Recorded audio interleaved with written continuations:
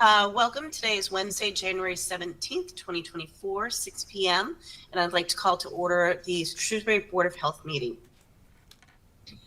First up on our agenda is to review and act on request for updated hours of operation for the Shrewsbury Monofill Wheelabrator Millbury Inc., requested by Don Musial of Win Innovations. Yeah.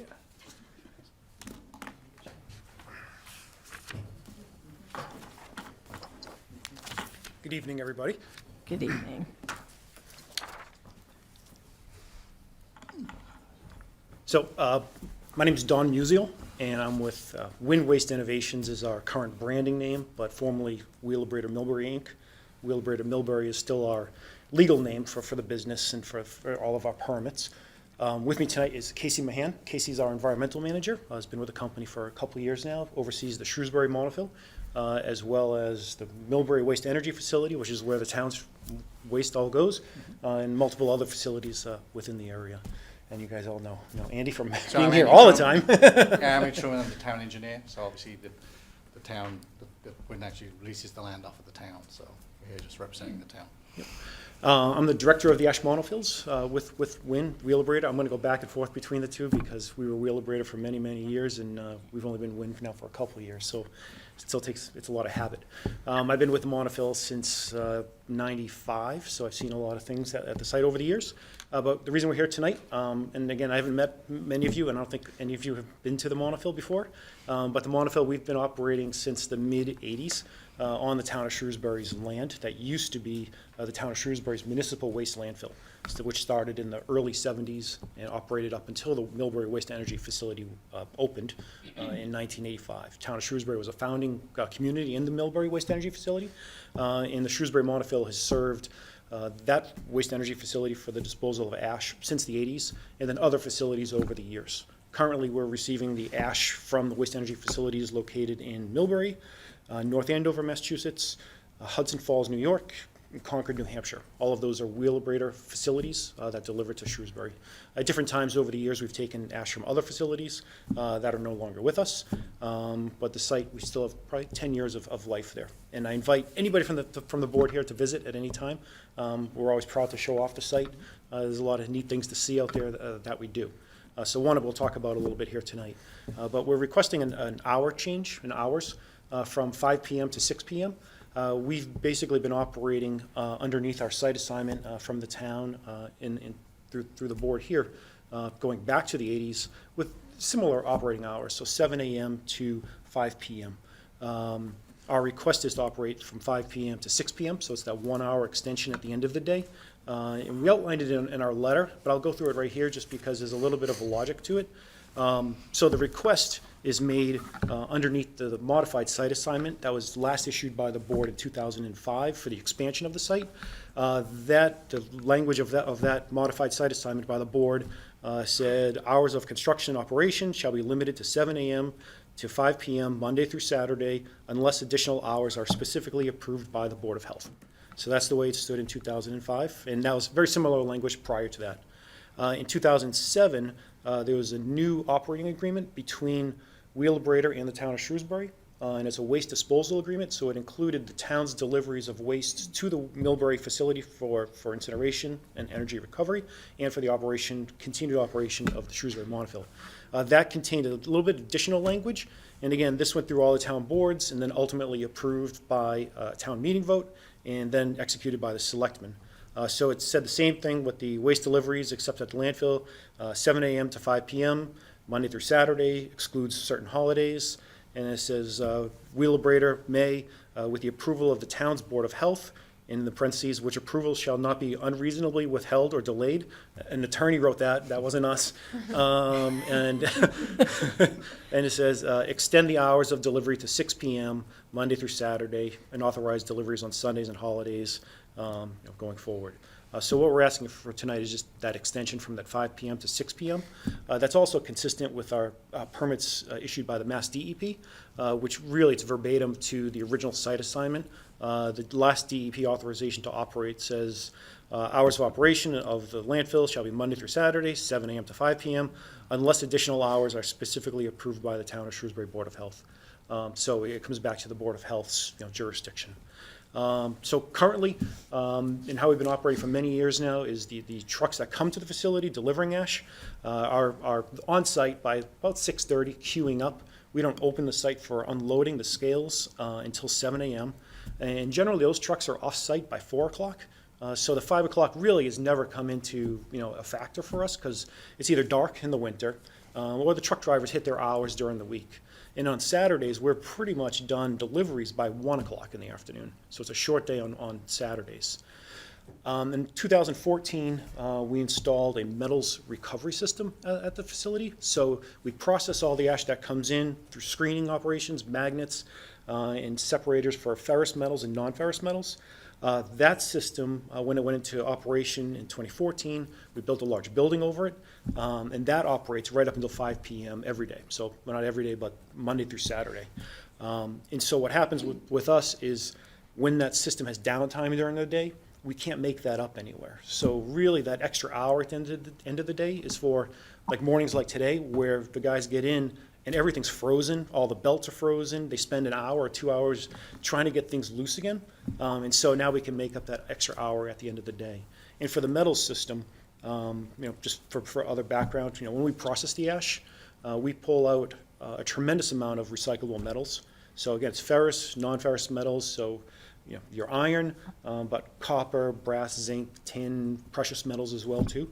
And that's all materials that would otherwise go into the landfill. So running the system and keeping that up is important to us.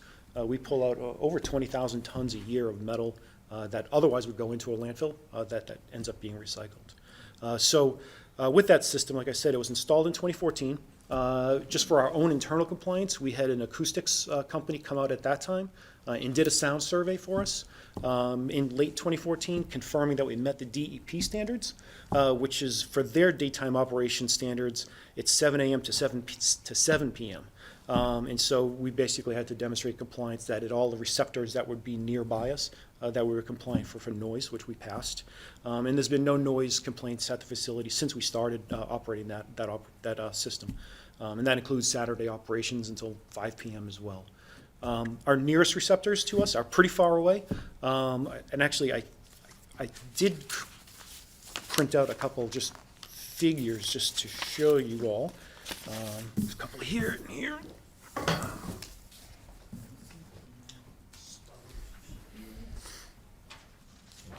And in the middle of the site, there's arrows pointing Thank to, you. you're welcome. To Thank where the you. metals recovery operation is located right in the middle of the site. And the property itself is about 220 acres, I think. So it's a fairly large property. And the system itself is very isolated. The white arrows there are showing the distance to the nearest inhabited residences. So we're, not quite a half a mile to the east to Green Street, and then 1,800 feet, so almost a quarter mile to the west to the smaller neighborhood over there. And even the one to the west, if you look at the photograph down below, you can see the metals operations actually in a depressed area of the site. So to the right, you have the solar field. That's a hill over there. And then to the left in that photo is our actual operating areas right there as well too. So, there's sound buffers all around us. The building is there. And again, we've been operating that for almost 10 years now without issue. So that extra hour in the day, if the Board of Health would approve that, would be very beneficial for us, for the operations on site. It won't be every day. It'll just be some of those days where we just need to, have that little extra cushion at the end of the day. So I guess with that, is there any questions? I just have one question. I'm a physician member, so I claim no expertise in your field. I'm just curious as to how it ever came to reside with the Board of Health to make this decision. Is this for the sound pollution part of it, or? Yeah, it actually is. So the Board of Health it has the approval authority for all solid waste facilities. And so under the site assignment statutes, I know there's court cases over the years that put the onus back to the Board of Health on operating hours. And took it away from the state. So a lot of the state permits either are silent on operating hours or they just recite the hours that the Board of Health has established. Yeah. Very good.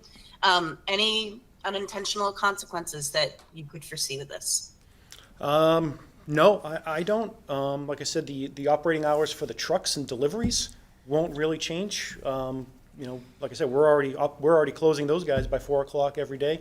Everybody goes home other than the metals operation. So this is really just the metals operation on certain days when we need that extra buffer. Thank you. Karen or Solo, do you have any questions? I do not. No, no questions for me. Do we feel prepared to vote on this, of having them extend their hours to 6 p.m.? I'll make a motion to extend the hours to 6 p.m. I'll second that. Great. We'll vote by roll call. Dr. Abraham? Aye. Karen? Aye. Jenny? Aye. It is approved. Excellent. Thank you Thank very you. much. Thank you. And again, extend the invite to any time you have the available time. We're always happy to host. So, That's very so Carrie has my I know. emails and Thank you so contacts. much. So, Don, just as a follow-up, I'll have the board send you a communication so that you have it in writing, and we'll certainly Perfect. copy Andy on Okay. that. Wonderful. Thank you. Thank you. Thank you very for much. coming. Good night. Thank you. Have a good night. Thank you. All right, next up on our agenda is to approve the meeting minutes from our meeting on December 7th. Do I have a motion to approve? So moved. Second. Great, thank you. Vote by roll call. Dr. Abraham? Aye. Karen? Aye. Myself? Aye. Next up on the agenda is to review and act on adding a new category and associated fee to the Board of Health fee schedule for the mobile food vendors that have more than one mobile unit, to include an effective date, proposing a $100 fee for each additional mobile unit. Do we have anybody to speak on this? Actually, myself. When the pandemic was occurring and a lot of people weren't comfortable going into food establishments, or there was limited seating due to the pandemic, a lot of people took to the mobile food industry, and it's been an explosion, and some have been extremely successful with their startup businesses, which we're excited about, and a lot of them have come to Shrewsbury for numerous temporary food events. And because of their popularity and the success of their businesses, some of these folks have now 2 or even 3 mobile units, whether it's a trailer or a drivable unit. And so right now, currently, we don't have a mechanism to then inspect and permit any additional vehicles. We would have to charge $250 per vehicle if we don't have another subcategory, if you will, and a fee associated with that. So that's the background on that. Of course, Emma can add anything from a health inspector standpoint. It's just a way, essentially, to make sure that all trucks are getting inspected, and we're not triple charging people for the same company. So if I understand correctly, so the company will have one fee for $250 for like their first truck, but is it any then additional trucks, then we would charge them the reduced rate? Is that Correct. okay? Just want to make sure I was interpreting That's that correctly. correct. About how many companies do you think fall into this category? I'm sorry? How many companies do you think fall into this category of having multiple trucks? At least 3 to 5. I expect that to steadily increase.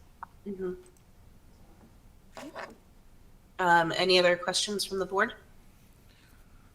No, Madam Chair, recognizing the public health importance of inspecting food trucks and the critical work that our staff do in that regard, I think this is a reasonable compromise so as to not overly burden our vendors, but at the same time ensure the public safety that we want. So I'll make a motion to approve the recommendation to add additional food trucks to the primary truck as at a $100 fee. I'll second that. Great. Do we need to also determine a date, Carrie? Yes, an effective date, which can be effective immediately if you'd like. We're going to be sending out a communication to all our mobile food folks in the next couple of weeks just kind of reminding them of what our protocol is for applying. And it would be very convenient to have this verbiage and this category updated to our current Board of Health fee schedule. So Is there- I'll make a motion to amend my recommendation to add with effective immediately for a start date. Thank you. I'll second that. Great, thank you. Dr. Abraham? Aye. Karen? Aye. Myself, aye. Thank you. I think that's extremely helpful. Definitely, definitely. I love the entrepreneurial spirit, so I would love to encourage that. That's all right. Next on the agenda, review and discuss coronavirus COVID-19 update. Thank you to the chair. At this time, I will ask my colleague, Ms. Amelia Halton, Director for the Nursing Division, on the Worcester Division of Public Health. Amelia? So hi everyone. Yes, hi everyone. This is Amelia Houghton. I'm a public health nurse in Worcester for Shrewsbury as well. In terms of communicable disease reporting, the month of December saw good 50% increase over November in terms of reported COVID cases. And we did see an increase in influenza cases as well. Those were the only two that were notable in terms of numbers. Other than that, there hasn't been much activity for COVID. What about for RSV? We don't get that reported to us. It doesn't come through Maven. Maybe Karen or Dr. Abraham, you might have something to add to that. Thank you, Madam Chair. So we are seeing the same explosion of cases in hospitals, both among staff as well as among patients. And I think the wastewater surveillance data represents community prevalence, as Amelia pointed out. It is extremely high right now. And I think not particularly unsurprising. We're just past the holidays. This is around the 2-week mark where we would see a surge in cases. It's winter, people are indoors, and obviously masking is minimal. And so this is not surprising at all. What's also a little disappointing is that the uptake of vaccine has been extremely limited. People are willing to take a flu shot. Some people might take an RSV vaccine, but the COVID vaccine, for some reason, continues to be on a low uptake, and so that may be contributing to some extent. We do see some sporadic flu and RSV. Paradoxically, usually at this time of the year, we see primarily influenza A, but we have started seeing some influenza B. Whether that is just symptomatic of the season or whether there is some breakthrough in the vaccine is yet to be determined. It's too early to, but so far the COVID activity has far surpassed any RSV and flu cases. RSV is particularly concerning among the immunocompromised. So we have cancer patients and chemotherapy who are unfortunately admitted with RSV pneumonia, which has significant consequences in these patients. But in general, COVID continues to be our ongoing concern. So most hospitals have gone to masking in all clinical areas and a strong recommendation for visitors as well as staff in non-clinical areas to mask. They haven't gone to universal masking yet. I guess if the numbers continue to increase, that would very much be on the cards. Thank you. Karen, do you have anything from your vantage point to add? Yeah, I think the other thing that's we're seeing too is just the high incidence of respiratory viruses in the ED. So long wait times, we're seeing a lot of patients left without being seen due to long wait times and just boarding in the ER. I know MHA has come out with some recommendations with DPH to try to get patients discharged from hospitals to long-term care facilities more expeditiously. So hopefully maybe that will help ease some of the burden in the EDs. Great, thank you. Any other questions or comments? A brief comment about testing. So there have been some questions raised whether our current rapid tests accurately diagnose the current variant in circulation. So the JN.1 variant, which is currently in circulation, is about 62% of community prevalence. And it's a feeling that current rapid tests do diagnose that. There have been concerns about prior variants not being as well diagnosed with the rapid tests that are currently available, primarily because they were older tests and designed for other variants. But what's also interesting is that we are, I think, several papers which have said that the testing positive occurs between day 3 and day 5 of symptoms and not on day 1 or even pre-symptom as we had seen with the prior variant. So that makes a little bit of a difference in that people are symptomatic, test, and then they are negative and they assume they don't have COVID. We encourage them to retest around day 3 to day 5, and invariably they become positive at that point in time. So that's the only other change in testing. Thank you for that update. That's very helpful.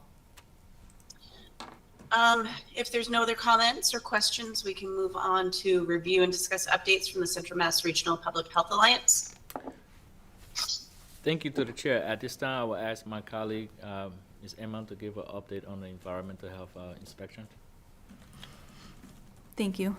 So since the last meeting in December, we have done a total of 95 inspections. This number includes the inspection tobacco retailers inspections, along with our Title V inspections, among other inspections, focusing mainly on any complaints that might come through, whether they be food establishments, housing, or anything relating to bylaws that the town does have in place.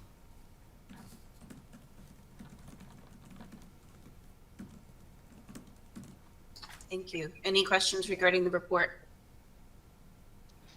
Presuming there are no food establishment issues right now. In what sense? I'm sorry. Any inspections where you found problems of any sort?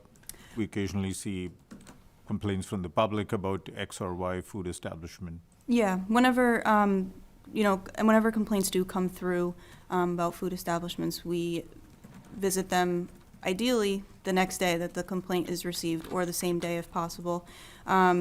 Complaints can vary. If an establishment is due for a routine inspection, typically a comprehensive inspection will be done of the whole place and addressing complaints that come through. If they're not necessarily due for a routine, we'll go through and address the complaint that we received, discuss it, and come up with a sort of plan of attack, essentially, to get back into compliance.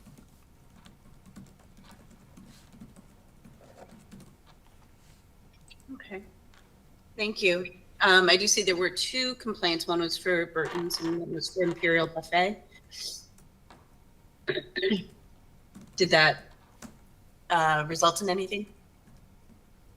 I'm sorry, I missed the first half of what you said. Sorry, I did see that there were 2 complaints, one food complaints, one for Burton's and one for Imperial Buffet. I'm just wondering if anything came of that. Yes, Burton's Grill, this was a second complaint within the last few months. So this one, the inspection kind of went through the practices and habits of employees and staff and trying to get into the nitty-gritty of things that might be overlooked on a day-to-day basis. And Imperial Buffet had some issues with food temperatures, so we worked with them to repair equipment and educate staff on proper holding temperatures, as well as, again, some habit changes of checking temperatures constantly and ensuring that food is being held at the temperature it needs to be. There were 2 additional complaints for food establishments regarding the use of plastic bags at one of our new establishments, and an issue of an overflowing dumpster or not proper holding of trash and rubbish. And both of those The dumpster one is relatively new, so we're still working on that one, but the plastic bag one has been hopefully solved. Great, thank you. Any questions? Can I back up one moment? Dr. Abraham, I have a question for you. You had said that the rapid COVID tests, like the at-home tests, seem to still be good at catching the JN1. What about the in doctor's office PCR test? Oh, the PCR is still the gold standard, so that has picked up every variant to date. So there is a recommendation if people repeatedly test negative but are still strongly suspicious they have disease, then using a PCR would be the appropriate way to correctly identify disease. So PCR still holds good. Is that still good on the first day, or should that also wait for like day 3 to 5? No, the PCR still holds good because it goes by a principle called cycle threshold. So the number of times that the virus, as it multiplies, triggers the light measurement. That's the cycle threshold, as we call it. So the lower the cycle threshold, the higher the amount of virus. The number of times it has to run to be able to pick up viruses. So that's the way to think about it. So the cycle thresholds are still the same on day 1. So PCRs have still remained tried and tested and still remain accurate to date. Great, thank you. All right, our last item is to review the meeting schedule. I think, Carrie, did we decide on a date? Yes, February 26th at 5:30 PM in the Board of Selectmen's meeting room. Meeting invite was previously sent out. Excellent, thank you. Do we have a motion to adjourn? So moved. Second. Great, we are adjourned. Thank you, Great. everybody. Thank you. Thank you.